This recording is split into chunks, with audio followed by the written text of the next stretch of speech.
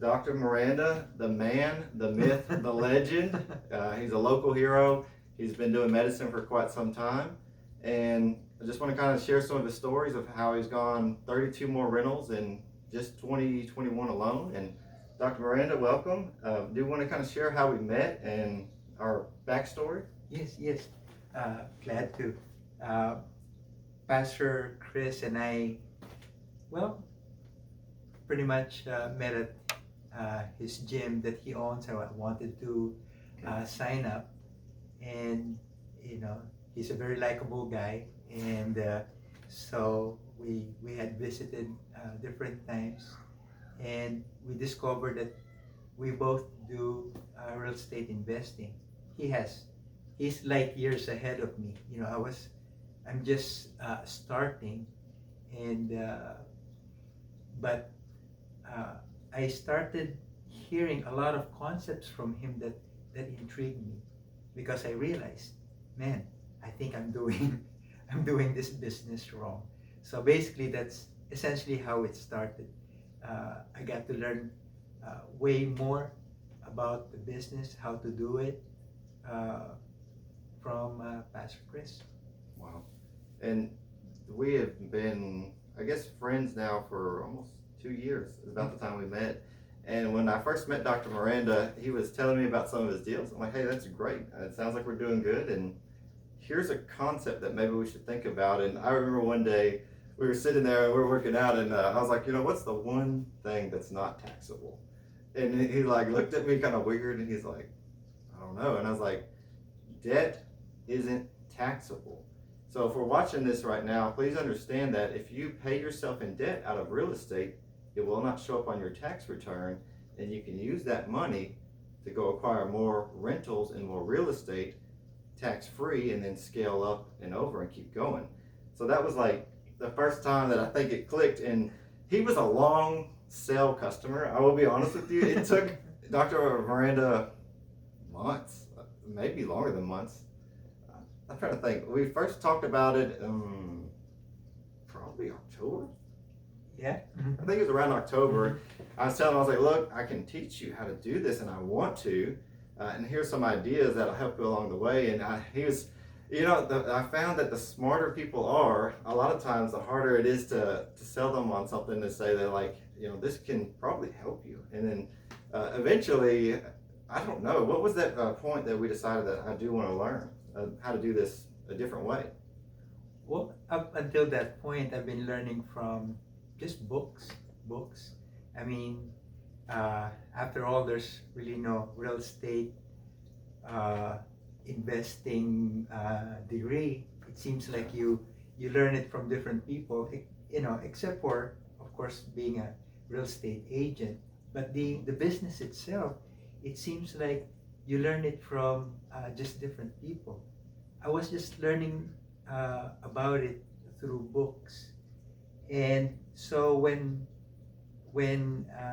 I met Pastor Chris and he was talking about this, I was like a sponge.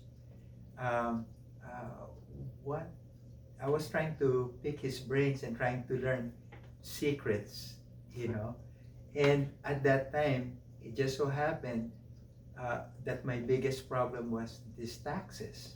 I said, okay, my profession does pay well, but then I added this real estate investment, and now I'm getting taxed up the wazoo. How am I going to deal with this? And so when I heard him say, loans are not taxed, that got me hooked. I started like, I need to understand this better. I remember.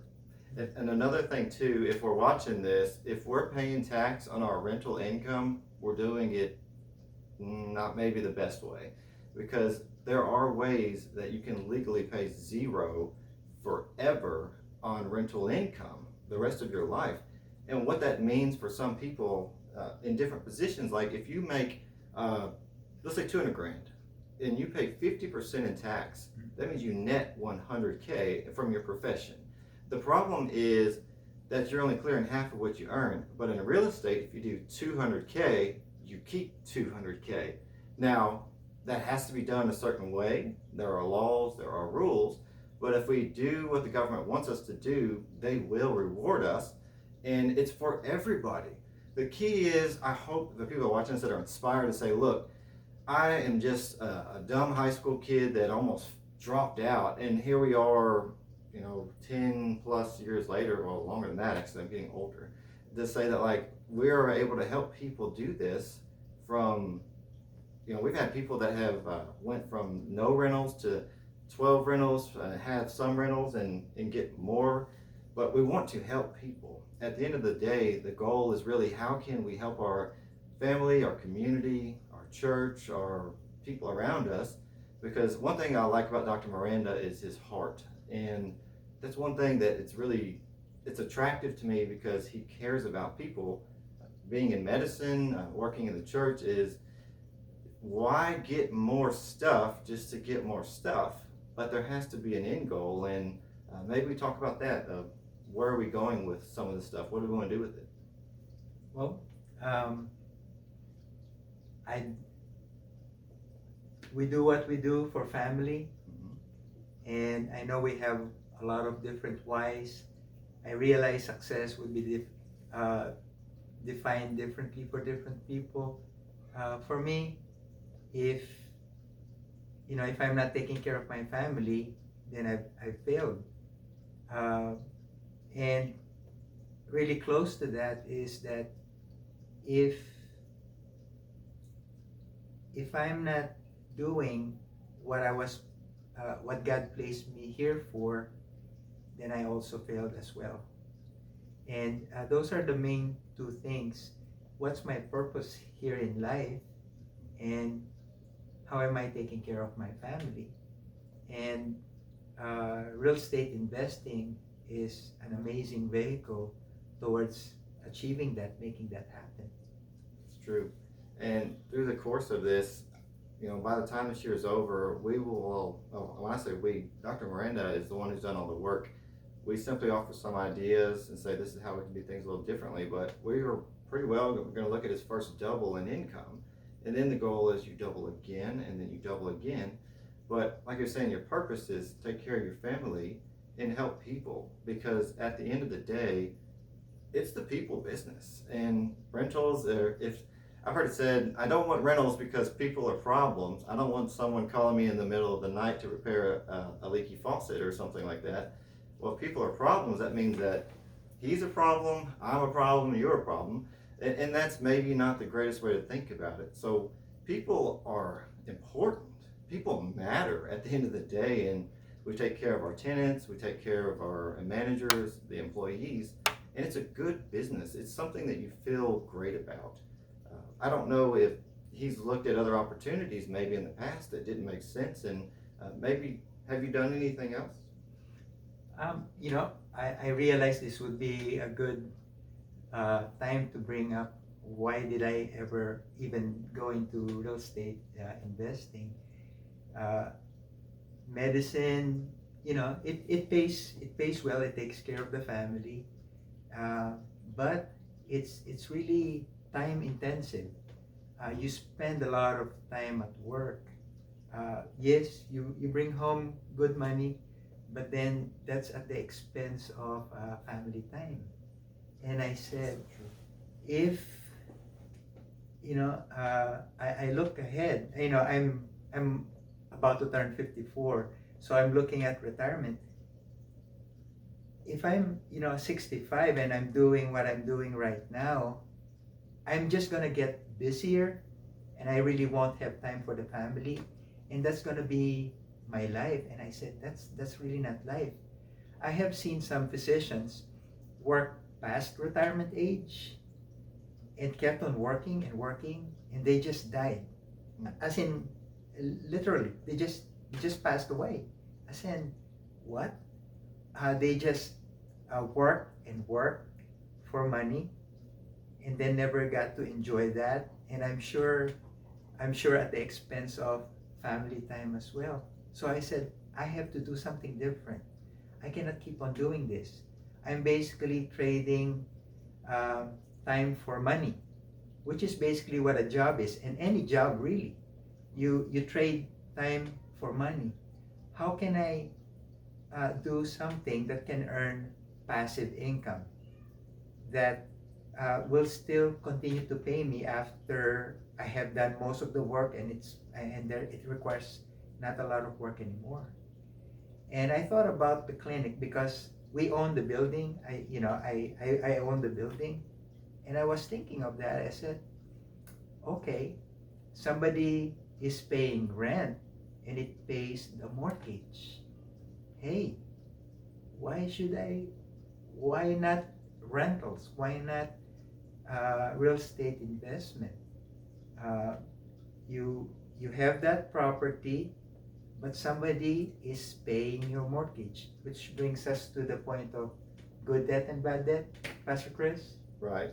Good debt, if someone is not familiar with it, is debt that makes you money. So if you have a payment of $500 a month and it's a rental payment and it makes you $2,000 a month in income, that is good debt because someone else is paying it off. It is producing a profit, and really what we're saying is it's business debt that makes money. Bad debt takes your money. It's like opening your wallet and just taking money out and giving it away. Bad debt can be, believe it or not, loans on education if it's not used. Not saying it's all bad, but just if you get student loans and don't use it, that may not be a good idea. A vehicle that you drive that's financed, that's not good debt because you're paying it. And what I'm saying is you can flip that. Like bad debt on a vehicle could be good debt if like it's a taxi and I finance this taxi at $500 a month and I put a taxi driver in it and he makes me 10 grand a month. That's good debt because it's producing enough profit to pay it off and then create a job and an opportunity for someone. So we kind of saw that good and bad debt have pros and cons. And honestly, if we're watching right now, please like, subscribe, and share. I hope this is inspiring so far because I'm pretty excited to see all the progress that's happened. We're having great success across the United States with students in different areas. And Dr. Miranda and I have been buddies and at the gym working out. And now it's just so cool to see that one of his goals was to basically stop working so much. And I may be wrong, but have we hit some of those goals? Well, I had planned on doing it in 7 years, but with what I'm learning, I'm confident. Actually, I'm going to hit that mark this year. Mm-hmm. So from what I thought would take 7 years, I probably would be able to do it in this year, through all this concept and principles that I'm learning. You see, up to that point when we met, the way I've been doing it is okay. I figured, hey, this is the vehicle by which I can spend more time with family and do other things that I believe God wanted me to do, maybe mission work, and some philanthropy. That would be awesome if the Lord graces me to be able to do that. But the way I've been doing it is, okay, I will purchase a house, single family home, save for the down payment, 20%, and then let the bank finance the rest. And then I save again for the next property. Well, with a down payment of 15,000, 20,000, how many down payments can you really save? Right. How many properties? So for years, I started this end of 2014. I have been doing 1, 2, at most really 2 properties per year. That's about it. And then, so up until 2014 until 2020, that's how I've been doing it. And when I heard that, hey, you don't get taxed, loans don't get taxed, borrowed money don't get taxed. Sure. Oh, okay. So that got me intrigued.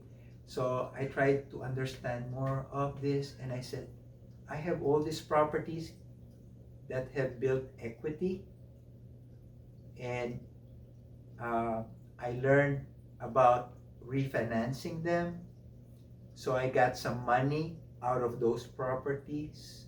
And then I said, okay, what am I going to do with this money now? I can buy other properties, or I could use it for the auction, which is another opportunity to buy a good deal. So I was able to use that. And then, so cash out refinance, that's one. I was able to use it for auction and get a better deal.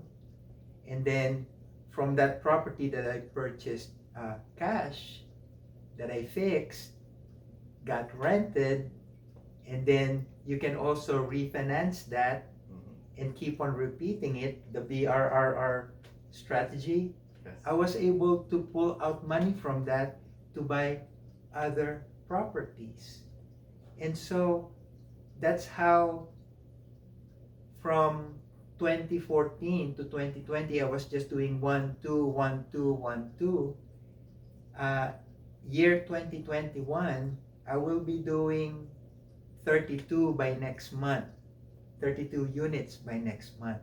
That's a big jump from 2 a year to 32 in just about 7 months.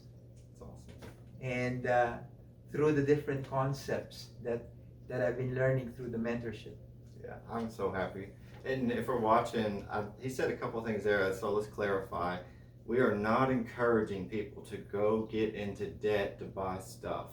We're not encouraging to go finance a fancy car, fancy truck, a vacation, which will turn into a horrible experience if we're doing that. I respect the choice. If people want to do that, that's fine. I'm not making fun of it. I'm just saying that that's not what we're encouraging. We're encouraging people to get educated first, like learn, understand why we're doing what we do. Then get good debt and get out of bad debt. Bad debt is that consumer debt, that personal debt. If we're paying it and it's like I'm financing my couches and my laptops, that is horrible consumer bad debt. We want zero of that. We want good debt. And a concept that was hard for me to digest because we went through the same thing. I started off paying cash for property, cash for renovation, cash, and I got broke. And I said, man, this is dumb. I have a bunch of paid for properties, but I was not very pleased with my life, and I was able to retire off of it, but it wasn't that great. Eventually, we financed one of our houses that were paid for, and then it was just like, wow. And what he said there was a BRRRR: buy, renovate, rent, refinance, repeat. BRRRR, which is a really long word for like buy a junker, fix it up, go get a tenant in it, and that's producing good income, rip all the money out that you had in it, and then excess, and you're allowed to, and that's all tax-free, by the way, and the payments on it are tax deductible. So you win in that direction, you win in this direction, you win in this direction. It's just the game of infinite winning, and anyone can do this. Please understand, like, we're not bragging. I'm encouraging people to learn about this. It's been around a long time. It's helped me retire, and it's helping Dr. Miranda get in the position to where if he doesn't want to, he doesn't have to work anymore. And it's a good thing because you provide good housing to the tenants. And some people say, well, we shouldn't rent, but that's just not the case, because sometimes renting is a good thing, like if you're a transient worker or you're not sure what you want to do next. But anyway, I just wanted to clarify some of those points because I could see someone putting in the comments now saying, oh, he's getting into all this debt, he's in so much trouble. Well, that's not really all the truth of it. So just understand that, like, there's good debt, there's bad debt, and it's how we wield it. Because debt is a two-edged sword. It will go forth and conquer for you, or it will cut you and hurt yourself. So we just want to make sure that we're wielding it correctly. And then I guess let's kind of go a little deeper on that too. So what's going to be the next moves this year? Have we thought about it? Like, are we going to relax a little bit, or are we going to just go get 100 more? Well, before I share my next move, I figured I'll share some clarification there as well. I'm glad you brought it up about this good debt and bad debt. I'm sure we've all heard, we may, it's probably, we've heard the saying that the poor people buy liabilities. Yes. and the rich buy assets. Um, I've heard it many times before, but I really didn't understand it until Robert Kiyosaki explained through Rich Dad Poor Dad, uh, that popular book, that the uh, the liabilities are things that don't pay you money. Mhm. It's money coming out. It doesn't bring in money. But assets, as you acquire them, they're the ones that bring in money. So if I buy a fancy car and I'm not satisfied with that, and I buy four other cars, they don't bring me money. Mhm. I buy a fancy suit, expensive shoes, they don't bring me money. I am just like spending stuff. But if I buy a rental, I buy a business, and a good one that's bringing in money, that's an asset. That's an asset. So that's, yes, we're not trying to encourage anybody to buy stuff. Uh, this is more of like a vehicle wherein uh, you actually can buy an asset. I like it what the way you said it. It is not a get rich quick thing, Mhm. but it is a get rich for sure Yes. thing, because uh, you have that property and somebody is paying your debt on it, Correct. and it provides service to that person. It provides service to that person. Uh, Nice affordable housing, Right. but it also brings in money to you, which allows you freedom to take care of the family, do things to help others, uh, do what you feel is meaningful and fulfilling for your life. Which brings me to my next move. Do I keep on doing this and just to accumulate money and money? No, it's really not my goal. It is a tool. It is a vehicle. Yes, when I can, when it's bringing enough income to replace uh, my, you know, uh, my income from work, I will have then the opportunity, the dignity of choice Yes. to Yes. actually not spend so much time there and actually even retire and do more for the church, for the community, definitely more for your family, more for your family. And as I had said earlier, uh, it's important for me that in this lifetime I get to do what I believe God wanted me to do. And if I keep on doing work at the clinic and get stuck there, I really won't be able to do that. But through real estate investing, and it frees me up and my family is well taken care of, then through that passive income, it will allow me to do things that I believe God wanted me to do. And that's it. I'm not going to keep on accumulating for the sake of accumulating, because that would be, uh, you know, as King Solomon said, meaningless. Vanity and vexation. And there's a lot. That was deep. That was really good. I remember having conversations, and his goal was to retire in 6 to 7 years. And I share some things that most people will say, well, that's very rude or very blunt. And I said, if we can't retire in 6 to 7 months, we haven't been paying attention.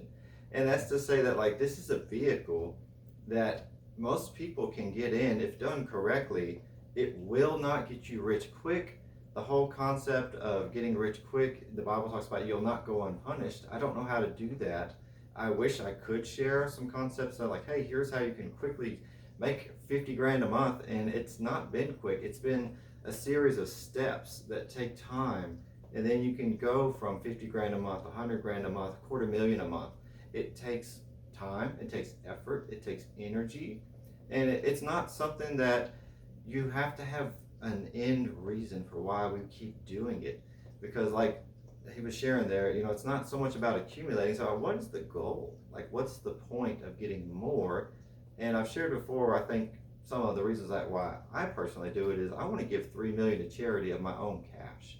$1 million to Ronald McDonald, $1 million to Cherubs, and $1 million to the church, and more specifically the youth, because it's important to me to be able to give back to society. I would not be where I'm at today if it was not for Dr. Wellman, hands down. Like, there's just no way. I don't even know where I'd end up in life, to be honest with you, but it was through someone who invested in me and took time, and that's why we're here today, to give away a piece of our life, to hopefully speak into your life that you can do this. You are more powerful than you think. You have more creation, more energy inside of you than you even realize. And we care about your success. I care about everyone that has worked with me over the past year or so and their success. And I want, that means different things to different people, but I want to see people get what they want if it's fair, moral, legal, and ethical. And it's very rewarding. And it makes me feel good that, Dr. Miranda is moving into a new life, I guess you would say, to where he has the dignity of choice. To say, maybe I do this, well, it's his life, and he can share more so about some of the things that are more important to him, the things that he wants to do, but it's nice whenever you have the dignity of choice, the ability to do things that you want to do, like spend the whole day with your kids and swim all day. Because with passive income, every second we sit here and talk, that rental is just kicking off income in the background. Every time you're sleeping, every time you're walking, eating, breathing, you're not trading time for money. The asset is creating money 24/7, 365, versus a job that you're trading your time. So if you're not there on the clock, you're not making money. So I hope that makes sense for some people, because Warren Buffett said it best, that we have to find something that will pay us while we're sleeping. And until we get in a vehicle like that, it's going to be very difficult to free ourselves of the time constraint, because most people have either a lot of time or they have a lot of money. Most people don't generally have both. They generally intersect each other. But we've been able to have both, like time and, ability and finances to go forth and do what we want to do.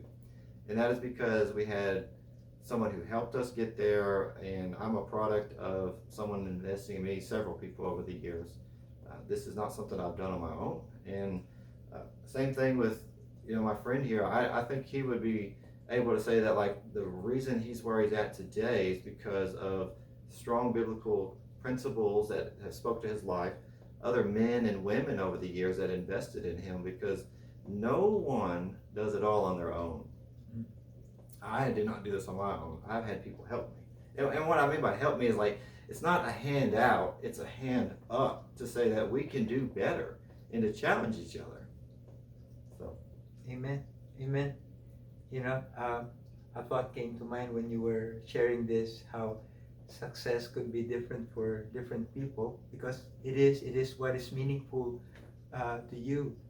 And I've always fancied about the thought of doing medicine for free, because I said, you've heard that question posed to, I'm sure at one time or another, where somebody would ask, if money were not an issue, you don't have any worries about money, that's taken care of, what would you do with your life?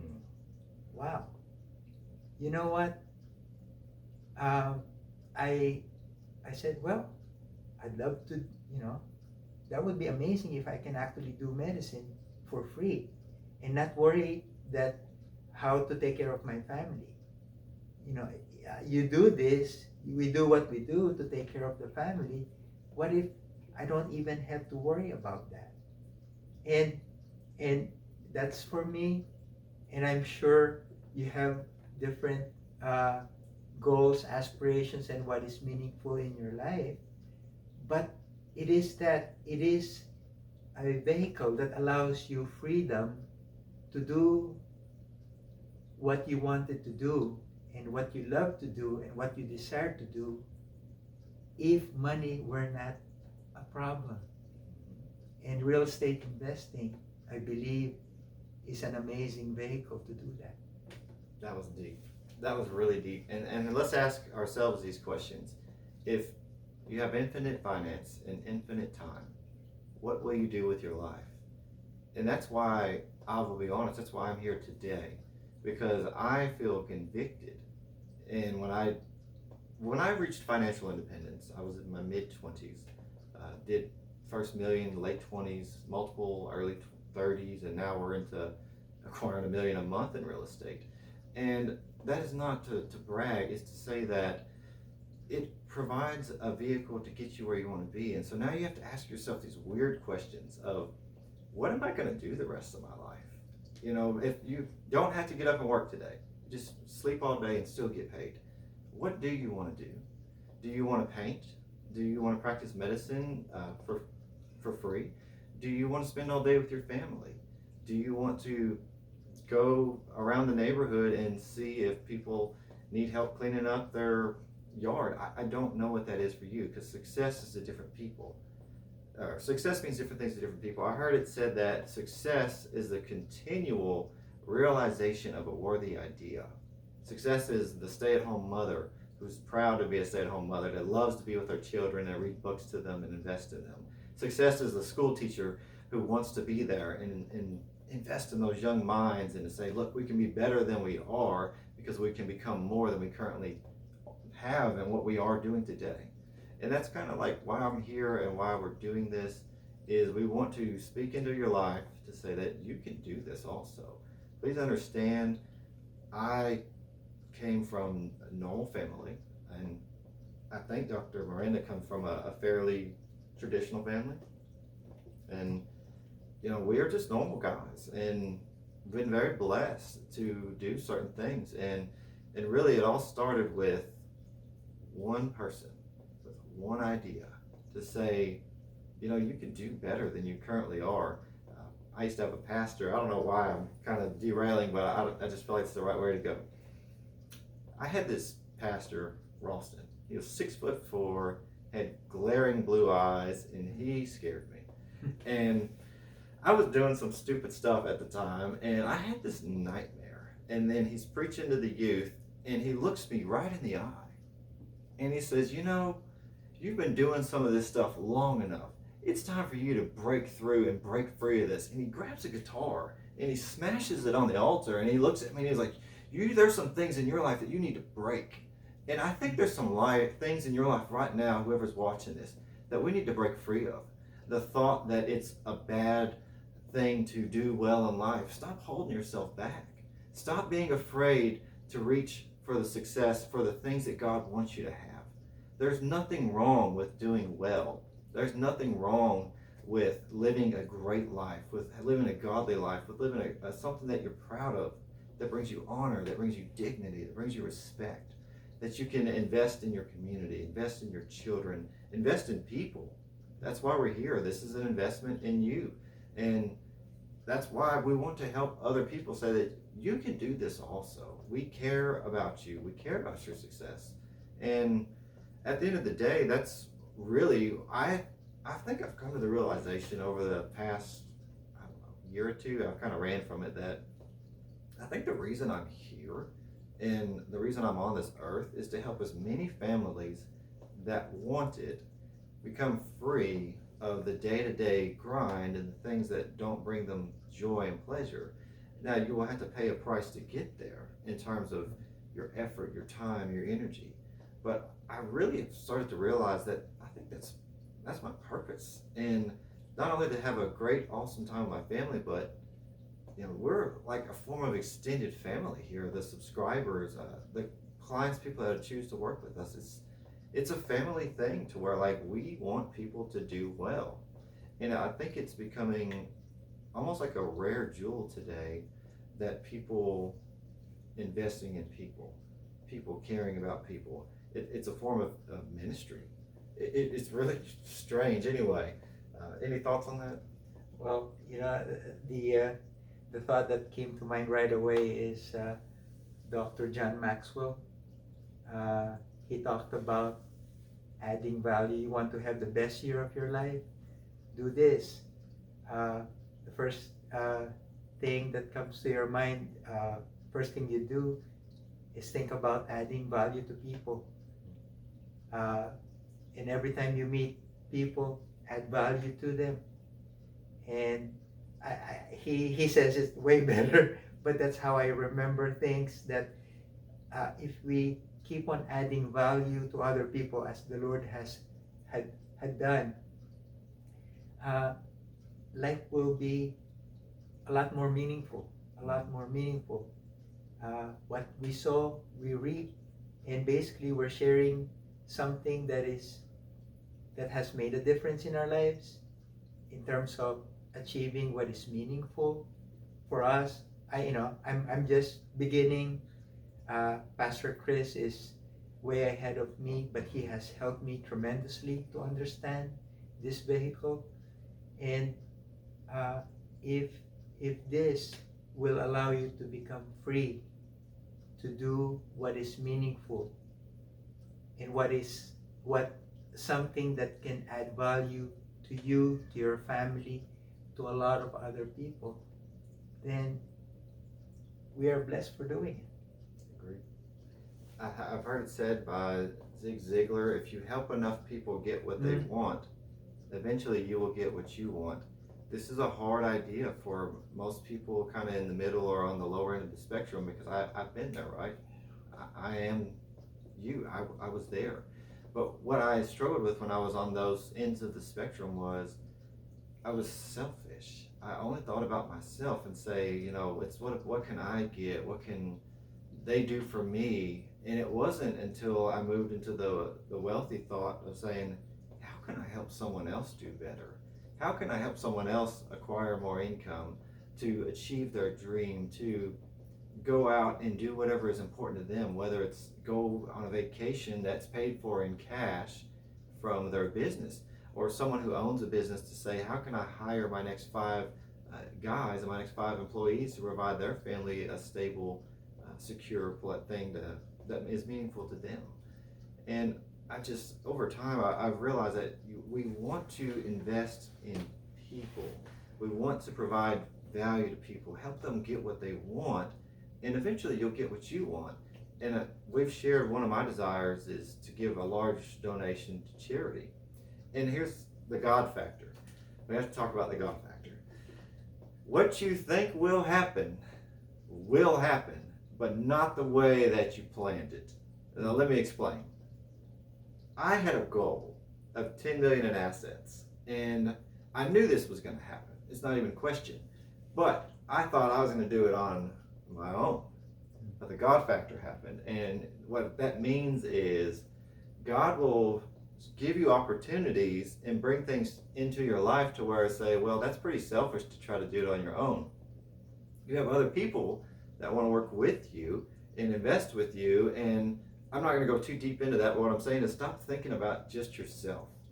Think about someone else, whether it is your neighbor is a widow, go over there and knock on her door and say, hey, how you doing today? I brought you a basket of fruit, or whatever is meaningful, whatever brings you value. Anyway, I hope I didn't get too off track there, but it's just important to help people get what they want. Pastor Chris, I think you are right on target, because it's in the Bible that the one who is the greatest is the one who serves, and that's how Martin Luther King Jr. had said that we can all be great because we can all serve. It's true. And so the more we serve, the more successful we become, really. And then, isn't that a very selfless way of doing it? It is a very fulfilling thing that we can serve people, and in this vehicle, it is available, and really a great opportunity to provide work, to provide services, to provide housing, and it provides for the family, and really freedom to do what is important to you. That's true. That servant leadership of how can I most help people? How can I most help the people in my company, in my organization? And let's go a little deeper on what that looks like, right? There are people that I know that have gotten in a situation where their job cut them, right, in terms of their hours or their pay. In real estate, thank God for it, has allowed us to employ those people to get through that school of hard knocks and to pull themselves up and out of their situation. It has allowed us to invest in the community, to provide insurance policies, to provide jobs and roofing and windows, and the list is endless. Yard care, landscaping. I mean, it creates jobs. That's what's so cool about real estate, and why the government allows you to not pay tax in it is it provides an enormous amount of jobs. If 90% of all the people on the planet have become millionaires inside of real estate, there's probably a reason for that, and it's the scalability, right? Let me explain. There's skills that you pick up over time. One of these may be the skill of negotiation. Well, if you're bartering for a $10 toy and say, look, it's $10, I'm gonna give you $5 for it. And they say, no, we close at $7. Awesome. You got a 30% discount on the $10 toy. But if you're bartering at $1 million property and say it's $1 million, well, I'll give you $500,000. No, I'll give you 700, right? Now that has moved from just a $3 discount to a $300,000 discount. So you make $300,000 on the buy, and on top of that, you clean it up and you can produce hundreds of thousands in rent. And I know this may be too deep, or hopefully it's not, but I'm saying that like it's the same skill, negotiate to get a better price, and that allows you to save $300,000 at a time, eventually $3 million at a time, eventually $30 million at a time. But it's that skill. And we talked in the beginning, and I share this with some people to say that like what I teach people is beyond free. The thing is that like it's not going to come the way that we think it will, and it's not a sales pitch. It's to say that if we use that skill right there of like, hey, this house is $100,000, I'm gonna pick it off for 70, and you make 30 grand on the buy, you did good. You paid for working with me. Or if you go refinance something from 75% to an 85%, and that might be too deep, but anyway, what I'm saying is these are lifetime skills that people acquire, and you're not gonna do it overnight.